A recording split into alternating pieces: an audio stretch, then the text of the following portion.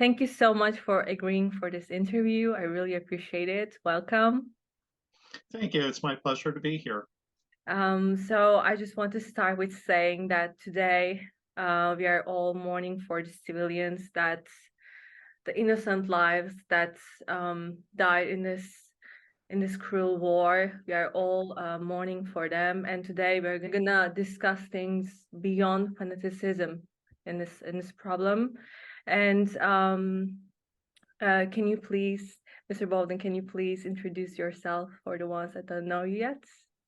Sure. My name is James Bowden, and I am a research historian that covers the Middle East. I've been working on the Middle East pretty much, so I have dealt with Middle East in a soft manner all my life, but in the last 12 years, I took this to a much greater degree through a formal MA through American Military University. And then publishing research journal articles on it for the last 12 years. Then also just recently taking the further step of enrolling in a PhD program where I'm still focusing on not only warfare in general, but also concentrating on the Middle East. Wow. Amazing, amazing background, super impressive. Thank you. So I will start with the first question. So 6,000 bombs dropped by Israel on Palestine created the need for evacuation of 2.3 million Palestinian civilians from the region. According to the statistics, each Palestinian was physically or mentally damaged 15 times on average by bombs. Additionally, civilians cannot meet their basic needs. Do you think that the planned humanitarian aid corridor will cause a refugee crisis in the Middle East? Could the existence of Palestinian state come to an end after civilians are evacuated? Well, there definitely will be a refugee crisis. And a lot of this will be created because of the past history. During the last Nakba and some of the prior refugee crises where they were relocated to Jordan and then to Lebanon, a lot of states that have high Palestinian populations are no longer accepting them in, or to such a great degree, even Kuwait, because of the Black September issues and other crises that have taken place. So I do expect that there will be a refugee crisis. What it will look like could be very much like what has happened in Lebanon with the Syrian crisis, where you have people who will cross the border into Egypt. But that would be very bad because Egypt does not have a lot of resources. And you would see a lot of people out in tent cities in the desert during the winter. So we're just now getting into the fall and the coldest weather. So it's also a refugee crisis that's taking place at the worst possible time of year for that to happen. The humanitarian corridors can become a bit of a double-edged sword, though. And that is because as stuff gets in, Israel is very nervous about what might be allowed in underneath that aid. And then also what could be exiting during that time. Hamas fighters, people who are against Israel, people who will, continue to harm it may get out. And so the humanitarian corridors, while necessary, do create a bit of a continuing crisis for Israel. Yeah.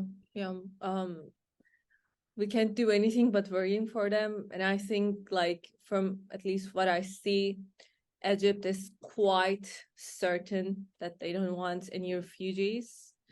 And also, it's not that possible to get them anywhere else, I guess, in this case. It's quite worrying. The second question. Israeli people were severely attacked by Hamas due to the security vulnerability. Unfortunately, more than 1,300 Israeli civilians were killed and many civilians were injured. What impact do you foresee this war having on the Netanyahu government and the future Israeli domestic politics? Oh, so I was very surprised that Netanyahu was that Likud got as many votes as they did, and that Netanyahu became prime minister again. I had really largely assessed that he was not going to be in at this time, so that defied my expectations. However, I do believe that Likud will probably lose its majority, and Netanyahu will be out again. That will be the last time. I foresee it coming about a year from now. Right now, while they're in the very fervent response period, there's not going to be a lot of changes in the political area. But once this does calm down, I expect things to kind of return to that and for Netanyahu to be held accountable. And there's already some emerging news reports, even now, of people who blame him for not having the adequate intelligence or preparation. And there is a lot of that. There has been a great complacency over the last few years. Back in 2009, I remember very clearly that Netanyahu had sent troops into Gaza for much less than what happened almost 2 weeks ago. And so the failure to go in quickly and to resolve this, all of the countless delays, depending on why, I do believe that it will result in Netanyahu falling. However, and then by extension, I see this as being a time that will adjust Israeli politics. Israel, for so much of its period in its history, has been under attack. And so during that period of time, many of the very vital discussions that they were supposed to have about their national identity and who they were and who they are has been shoved aside in dealing with the security crises that they have been faced. And now that that pressure was off, we saw that result in all of these protests. And are we going to be a Jewish religious state? Are we going to be a Jewish secular state? All of these things were competing against each other. And they were discussions that should have been dealt with back in the 70s or the 80s. But we finally saw them come to the fore because the exterior pressure was taken off. Books have been authored and entitled Gaza Contained, so they have this belief that their security situation was completely taken care of. With that illusion being pierced, they will fall back into that siege garrison state mentality for a while. But I do foresee a period of time that once this is resolved, they're going to once again be at each other's throats. We'll probably go through another serious election cycle like we have for the last couple of years, and this debate will continue. Do you, it's an extra question that I have now, like, do you think that like Netanyahu is aiming to, because people are discussing that they should bomb all the Gaza after people are evacuated, do you think like while he's on he's ruling, do you think he's aiming to just finish the state of Palestine? Do you think it's a part of the strategy, or like, I don't know? Well, so there's really almost like a three-state solution that they have come up with. And I have long argued that Gaza has been an effective government on its own. And you also have the Palestinian Authority in the West Bank, and you have Israel. So you really have three states existing. It would be both to Netanyahu should not totally destroy Gaza because it does have some useful purposes. It is a place where people can go to. It is a place where people can live. So you don't want to totally eliminate the state. But unfortunately, Hamas is so intimately ingrained in that area that to uproot it, you're having to uproot everything else. And so I think that the damage that is being caused is far more extensive than it would usually or normally have to be.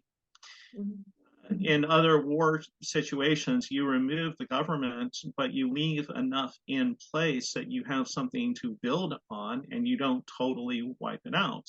We bombed Germany and we took out the Nazi leadership, but denazifying took a long period of time because you don't want there to be nothing. Because if you have a lawless state, you actually have more problems than if you have some kind of existing state. Mm-hmm. So I think the best strategy would be to leave something. Whether Netanyahu will follow that course, it's anybody's question because he is changing.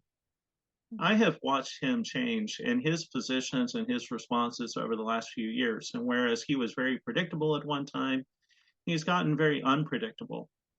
And with all of these other background social issues going on right now, his calculus is probably changing by the hour. No, seriously, I mean, you've got a judicial process, a trial that's going on with him. He's Mm-hmm. thinking about that. He's also thinking about the nation and to what level does he destroy Gaza in Mm-hmm. order to A, accomplish the mission, but also B, keep something in being.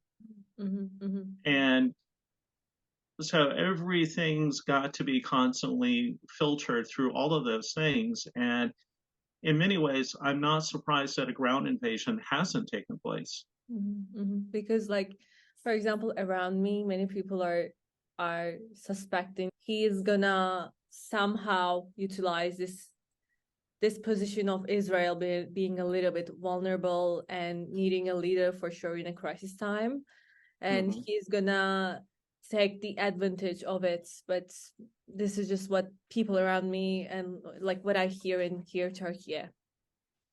I I have to admit there are some thoughts that have crossed my mind because just a few months ago, back in the spring, one of the main problems in the judicial fight, and one thing that they brought up was if we had a government that was right wing and decided to go back in and reoccupy Gaza, because places in the West Bank that were formally declared persona non grata for Israelis was returned to them. They reoccupied those spots. And the big concern was that there was going to be a government that pushed for going into Gaza. Mm-hmm. However, because Gaza has been so contained for so long and so successfully, there was no great Israeli backing or social movement to reoccupy it. And unfortunately, this gave that totally flipped it. Yeah, I understand. Okay. The last question, the third question is which I'm really excited to see hear your response. During the Russia-Ukraine war, we witnessed that the world has entered a polarization process that had not existed for nearly 20 years.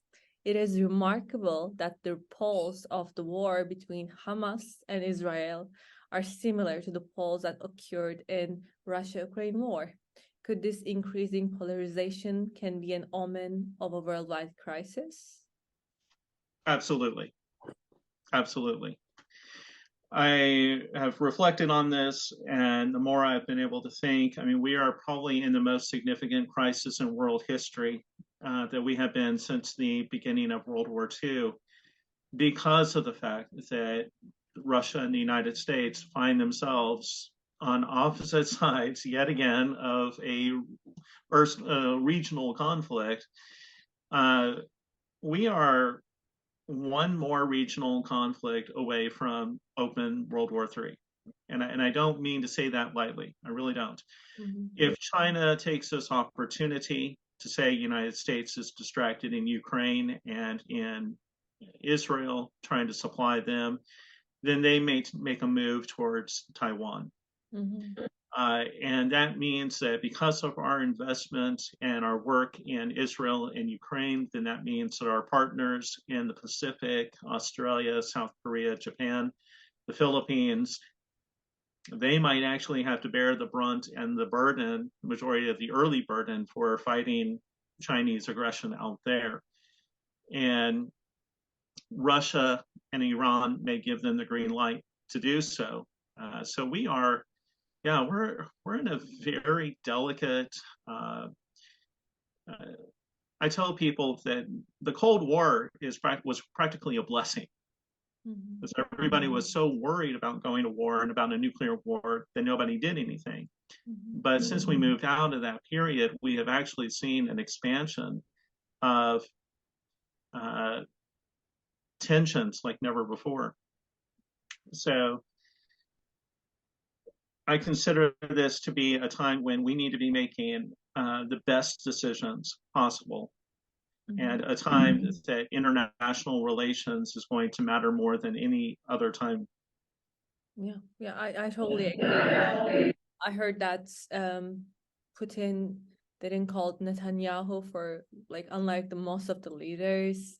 And I know that Netanyahu offered Ukraine it's the Iron Dome. I read the news, like the oh my God, I forget the name. Israel offered this such an advanced technology, and I think this was one of the reasons why Putin was offended. Yes, Israel and Russia have had a strained relationship because when Russia went to support Bashar al-Assad in Syria, Israel had to have a deep relationship for deconfliction. So they had to work with the Russians to say, we're going to be bombing an airport tonight. We're going to be firing a missile into this. Move your people out. They had to work deeply with the Russians. And so when Israel was faced with a choice and Ukraine saying, you need to be loyal to us, and the Russians said, you need to be loyal to us, they found themselves in a very bad position because they're aligned with the United States. And the United States is their biggest benefactor. So they felt kind of like they had to be drugged into supporting Ukraine, whereas they probably would have normally continued to nominally support or just prefer to stay neutral. But we are in such a divided world that very few states can ever remain very neutral. Historically, this goes back to the Peloponnesian conflict between Athens and Sparta, in which the region was almost 100% equally divided between two superpowers.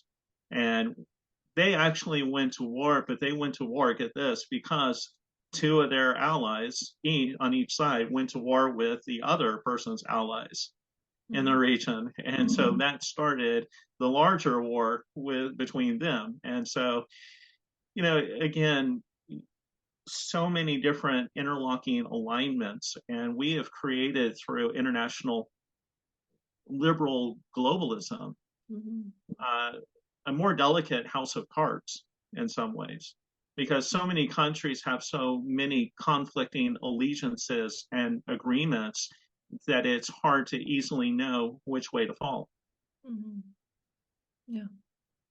Yeah, thank you so much for answering everything super clear. The last thing I want to tell people that please verify the information you find online 2 times, 3 times, because the misinformation is everywhere and they all have some purposes. So please, before you react, make sure the information you find is 100% correct. Thank you so much for coming again. And now I will stop recording.